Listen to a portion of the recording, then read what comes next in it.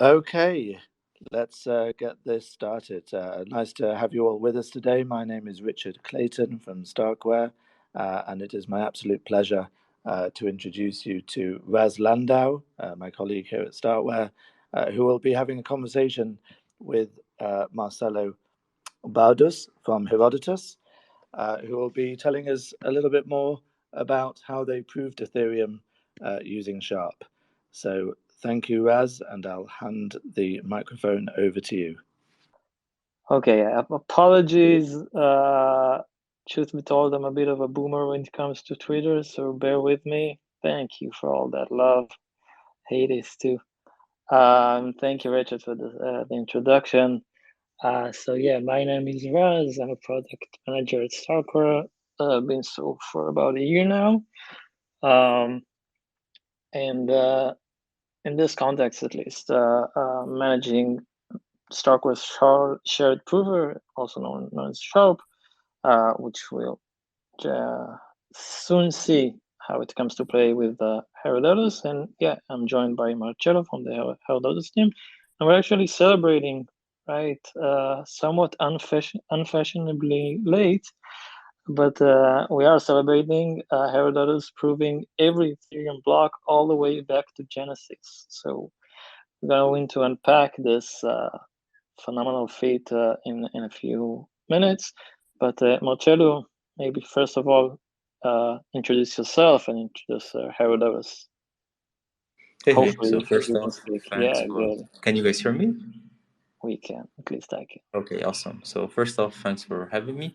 So yeah, I'm Marcello, co-founder and CTO of Herodotus. What I do at Herodotus, I glue all the technical pieces together. That's probably the best way to put it. And Herodotus, what we do, we unify Ethereum in some sense. Basically, we let smart contracts see things beyond the place where deployed, and also they can see everything that ever happened on the chain itself. So we often like to say that we kind of merge space and time. Merging space with time sounds like a big thing. Let's break it down. First of all, maybe tell us a bit about the team. How many are you? How long have you been working on this? Sure. So we've been working on Herodotus for over a year now. However, this topic of like storage proofs started almost around 2 years ago, and like the early explorations, I think it was maybe even more than 2 years ago. But anyways, so the team right now is mostly engineering. There's around like 13 of us. From various different fields, like from backend to cryptography and a lot of other things.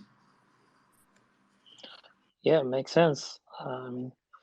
Proving Ethereum chain sounds like a big thing, so maybe let's try to break this into pieces.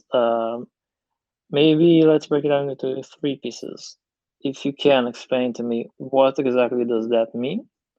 Why should people in this Twitter space or everywhere should care about it? And yeah, ultimately, how did you do it? Maybe that will be the most difficult question or the most technical one. So we'll do it in like baby steps. But yeah. Sure. So maybe first off, what does it even mean to prove Ethereum? So I think there is like a huge, there's 2 ways to interpret it. So one often seen interpretation is that proving Ethereum means proving the actual execution. That's not what we did, because we don't prove the execution. However, what we have proven that all the blocks on Ethereum are somehow connected to each other. And by doing so, we basically let applications deployed on Ethereum, Starknet, and potentially other places to access the historical data. And now why you should care as a user? Well, you cannot use Herodotus directly because it's like a middleware. However, thanks to the ability to like see what happened in the past and etc., and also see what's happening in other places, like that unlocks a huge new application design space. So as a user, you'll definitely see new things popping up. So that's why you should care. And how we did that, I think that's a pretty tricky question. So I will just start with the TLDR and then we can dive deeper. So basically, we came up with something that we call an accumulator, which is like a data structure where we store every single block hash that we have proven to be indeed valid. And the whole computation required to actually build it was done and proven by the Sharp. And finally, the proofs have been verified on-chain. So yeah, before diving deep into the technical details, which I think at least I'm interested in, full disclosure, Marcello and I speak on a almost weekly basis, I think. So I'm going to ask questions which some of them I already know the answer to, but I think Marcello, I hope you're okay with it. But this is also an opportunity for me to ask stuff that I don't normally ask. So it's actually pretty nice. So I'm going. I want to take a step backwards and just double click on the why, because I think this is the most important, right?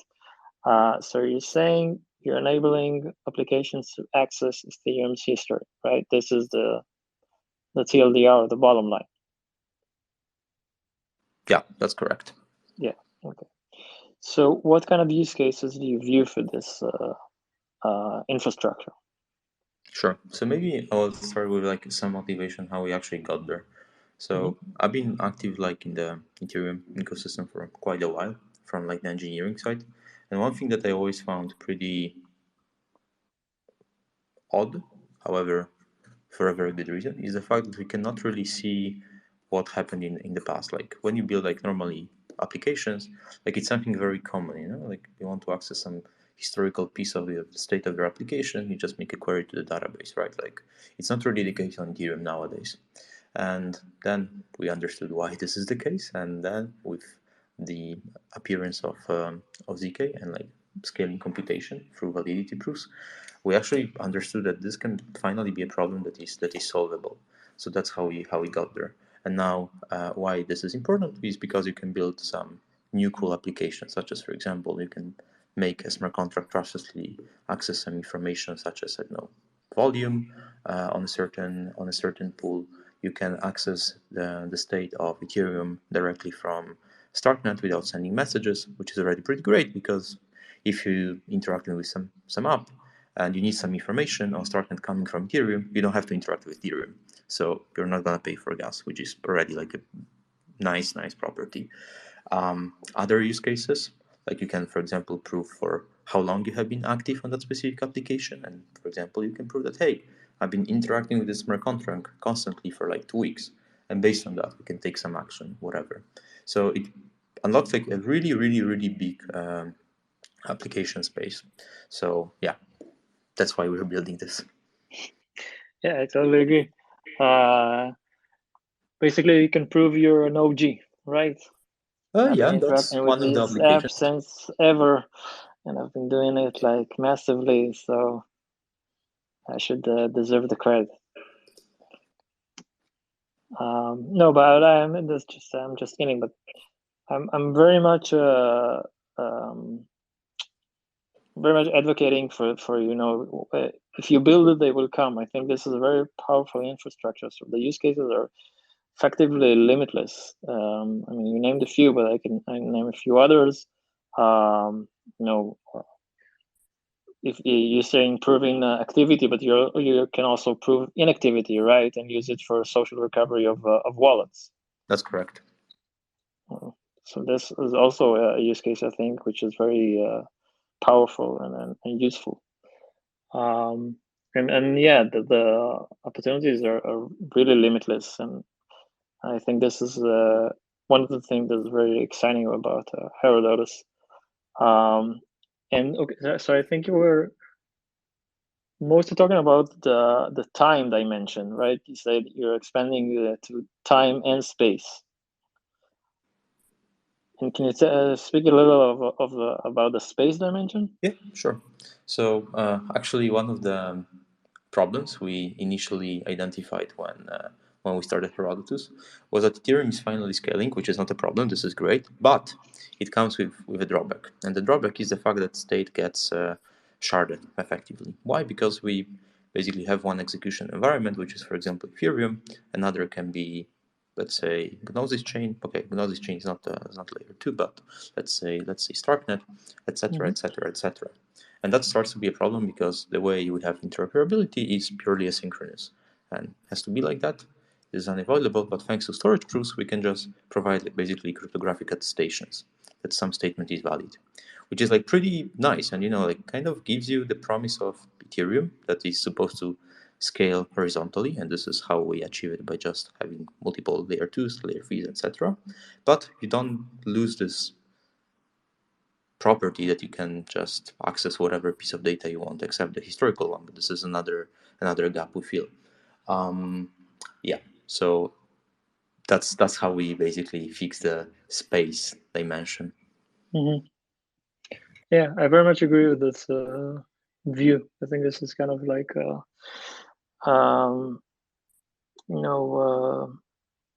I don't know if solving the scalability issues with Ethereum, or as you said, it's not issues, but it's just facts of life.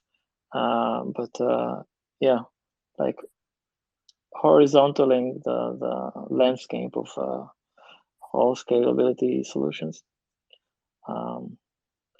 So let's let's get our hands a bit dirty. So how did you do it? You mentioned storage proofs. Maybe let's start with that.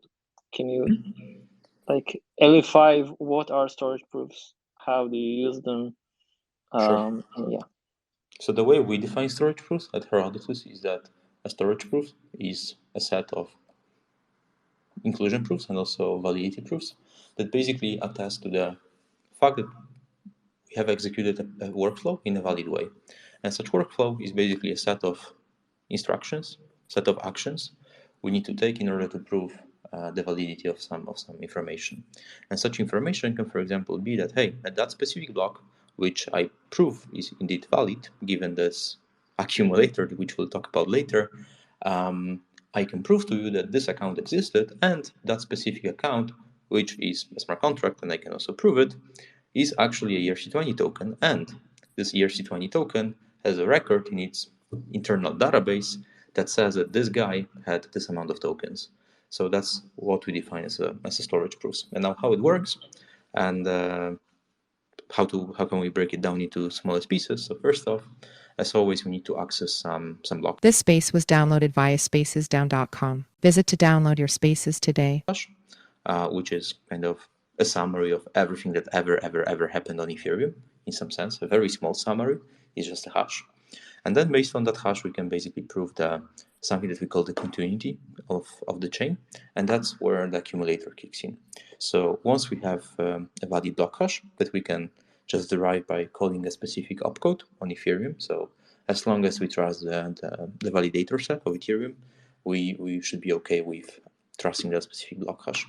Then this block hash is passed as an argument to a Cairo program, and we constantly keep opening these hashes. What do we mean by opening? We simply prove that, hey, given this hash, I know the valid thing that actually leads to this hash, and that thing is the block header.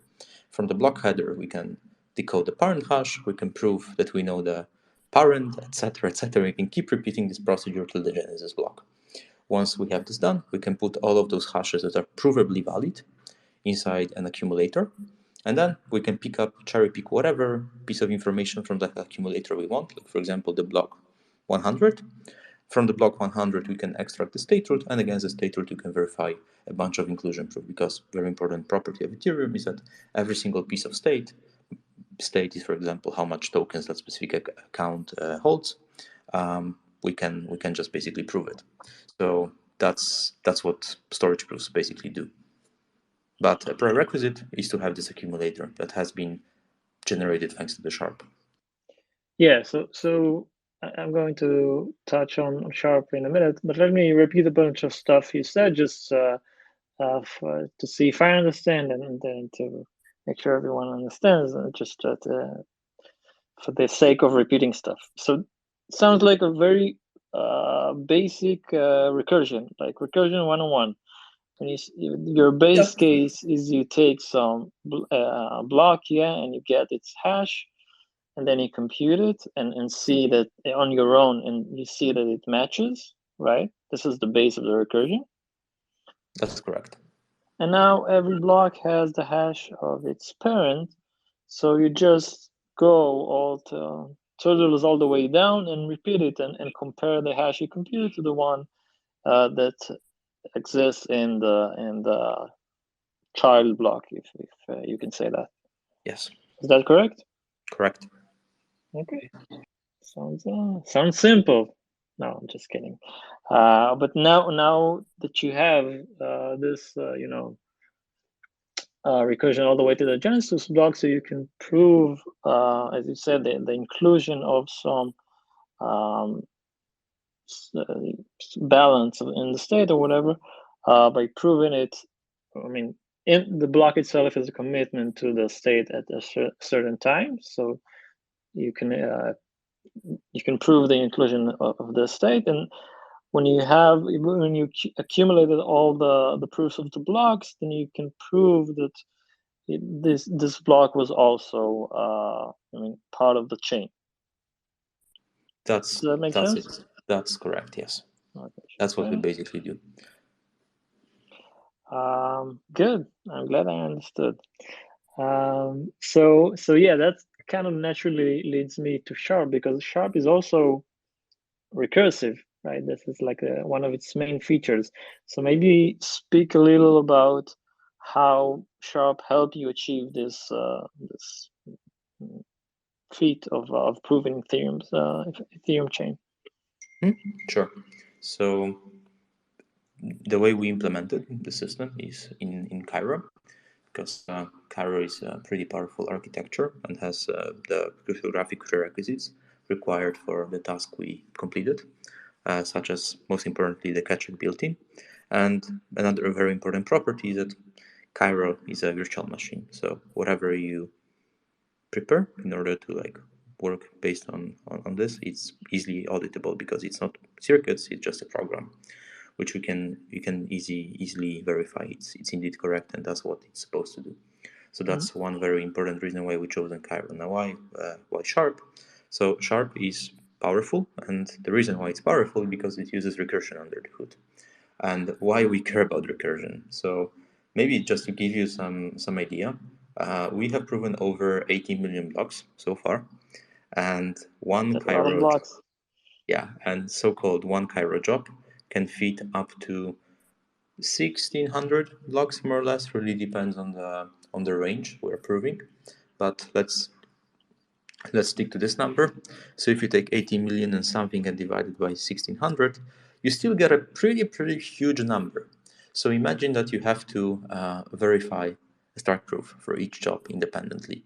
That would be very expensive on Ethereum. But that's where recursion kicks in.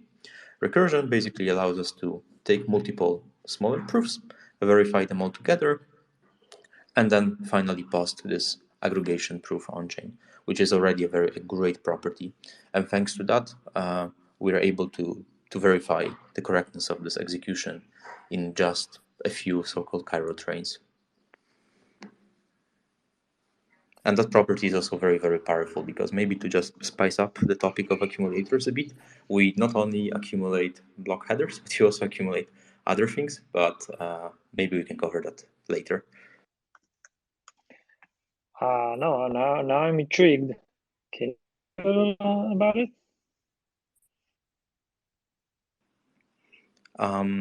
Yeah, sure. So, well, generally speaking, we believe that the best way to generate proofs is to not have to generate them at all. And one of the ways to achieve it is to accumulate this information. So, in the case of block headers, like imagine that you want to access the block 100. If every time you were to iterate from the latest block till the block 100, you'd have to walk like millions of blocks. That would be a terrible idea. And that's exactly why we built this accumulator. So once we make this whole procedure, you can just cherry pick the block 100 and verify an inclusion proof within the accumulator, which is incomparably cheaper than redoing this procedure again. But this technique can be also applied to verifying the inclusion proof within the state tree. Because let's say that you want to constantly calculate the volume or within some Uniswap pool, like why would you every 10 minutes calculate the volume within the last 30 days? Like a lot of information might be overlapping. So you just end up doing the same computation over and over again. But by accumulating it, you don't have to. Yeah, I think I understand. So yeah, you can kind of say that it's almost a perfect fit, right? It's recursion meets recursion, both sharp recursion and Herodotus recursion. Going back to what you said previously, just want to stress this point. And I think that's has an elegance to it, both as a cooperation and also the mere notion of recursion is extremely powerful, and that's demonstrated well.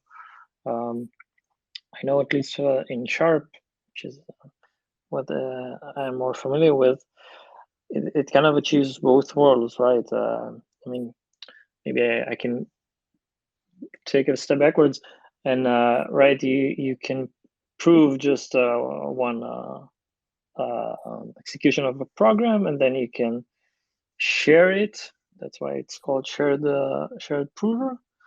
And the extra cherry on top is doing it recursively when you're using the proving the verification of proofs, right? I don't want to go into too much details about it. I think people on this call probably familiar with it, and if not, you can. I think you can ask about it on chat, and then we can discuss it more afterwards. And yeah, for Sharp, it's kind of a magical because it achieves both lower cost and better latency, which usually there's a trade-off, but you can think of it because if you're using this recursion and you do it in a data structure resembles a tree, then you can both use smaller machines and parallelize stuff. That makes it both cheaper and faster, which is kind of magical. As a software engineer, you used to make trade-offs, right? Usually, when stuff are faster, they cost more, and when they cost less, they're slower. So this is one of the things that keeps surprising me and keeps exciting. So you mentioned writing in Cairo, and I know you're writing actually in both Cairo 0, the old version, and Cairo, also known as Cairo 1, the new one, right? Yeah, that's correct.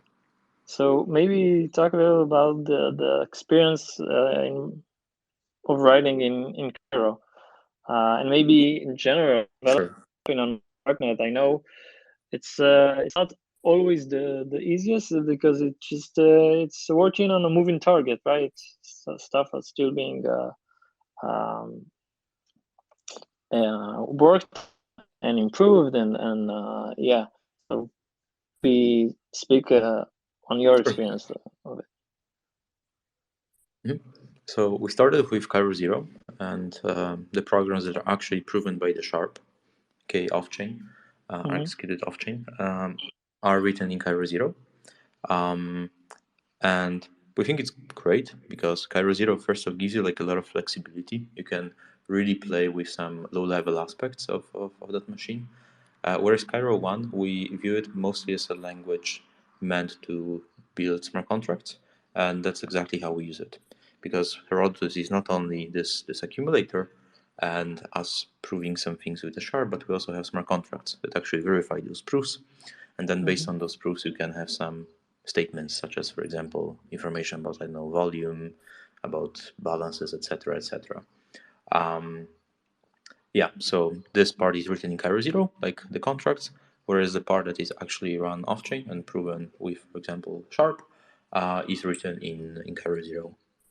And now regarding the experience, so I think that Cairo 1 is, generally speaking, more like, I think it's a pretty controversial thing to say, especially in my team.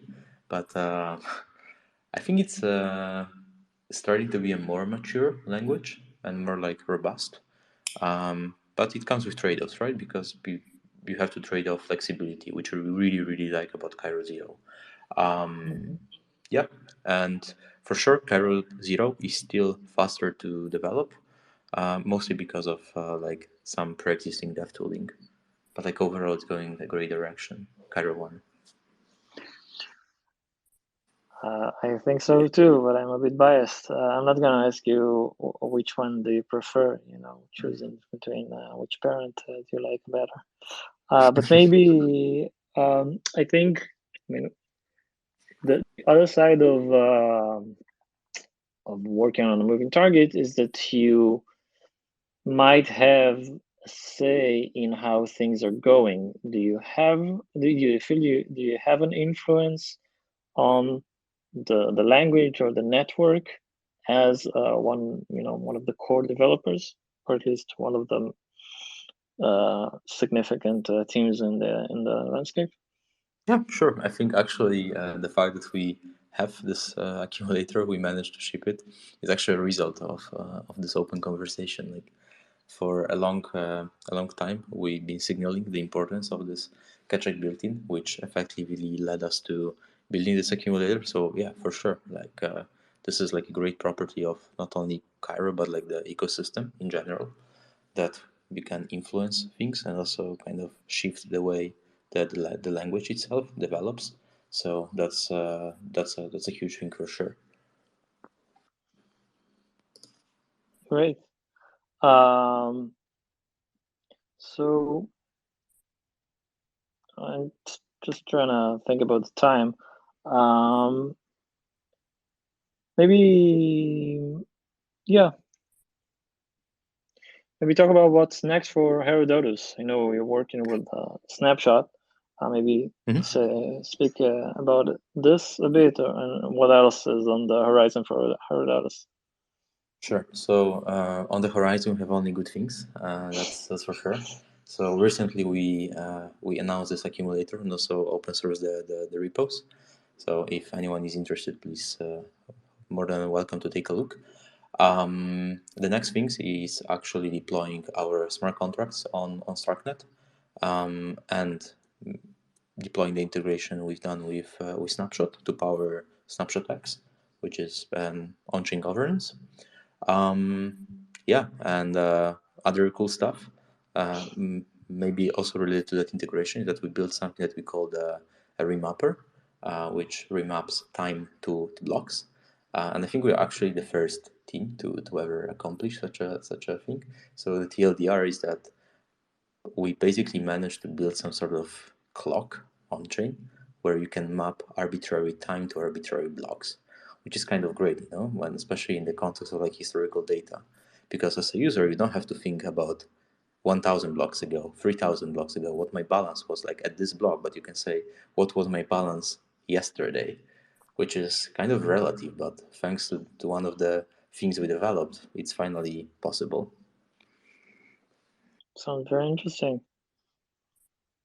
And yeah, makes much more sense to talk in these terms. I mean, much more natural.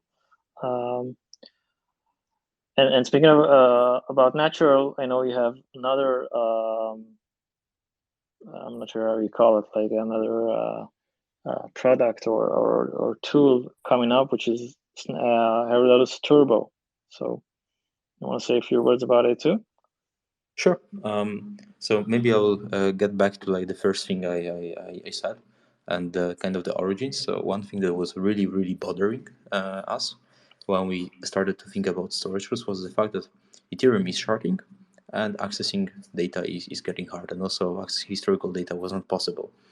And ideally, as a developer, I would just like the same interfaces to access this information, because the way it looks right now is that I have a proof and I need to verify this proof, but this proof attests to some storage slot having some value, and you need to know what storage slot you actually want to prove. And this is great, like this unlocks a huge amount of things already, but it's still not packed the way you probably want it. And this way you probably want it is Herodotus Turbo.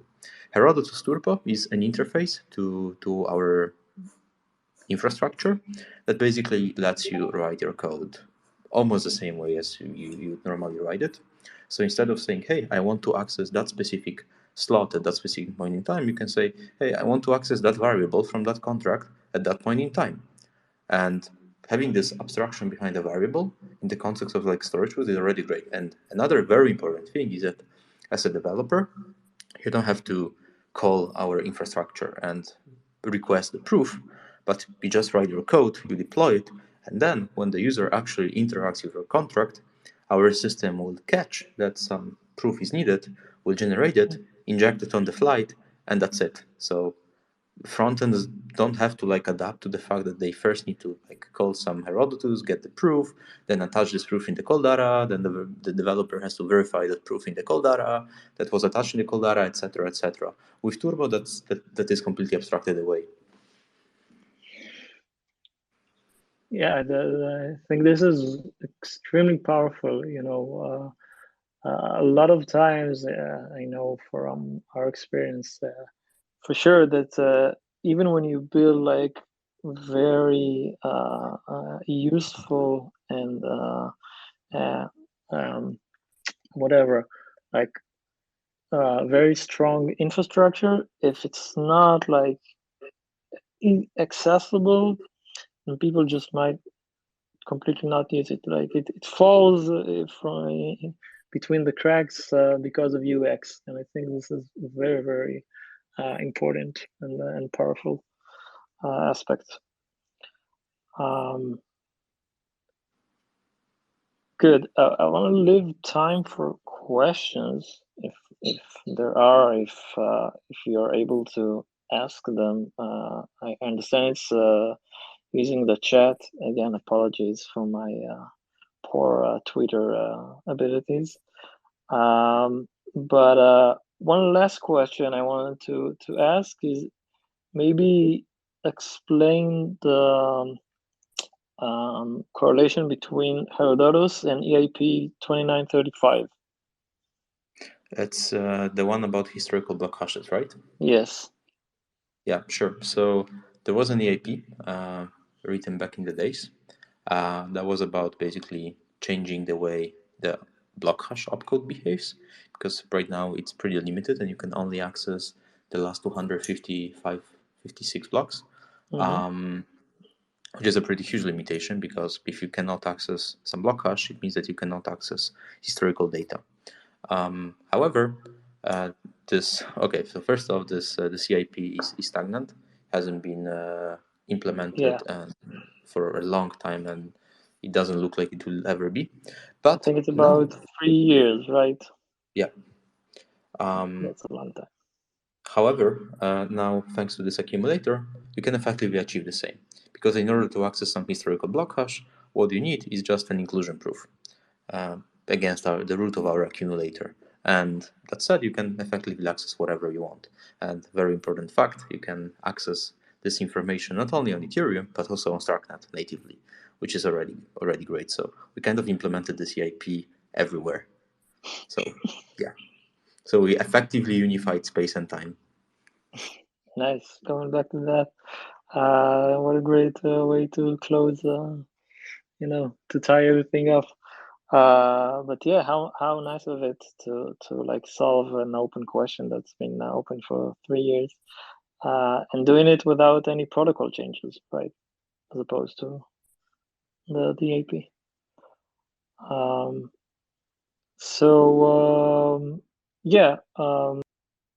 We can try take some questions.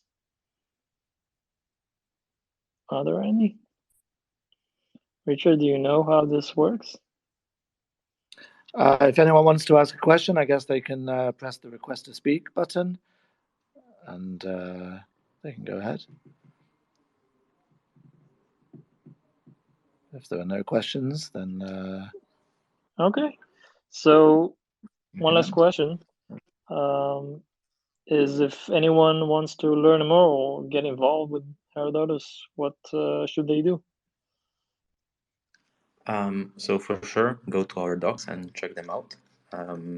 Then contact us, because things change very fast. So sometimes it happens that these docs are slightly outdated. So please always reach out to us. And yeah, play around with our technology. Always happy to answer any questions. You can meet us at DevConnect in Istanbul very soon. And yeah. Great. That's all I had. So if there are no questions, and Marcello, if you have any last words. So thank you very much for joining us. And I'll speak to you soon. Thanks, guys. Have a great day, everybody. It was a really great chat. And of course, you can find out more as well from the StarkWare blog and also the Herodotus blog for more information all about the proofing all the way back to Genesis. So thanks, everyone, for joining, and have a great day. Bye-bye. Thanks, Richard. Bye, everyone.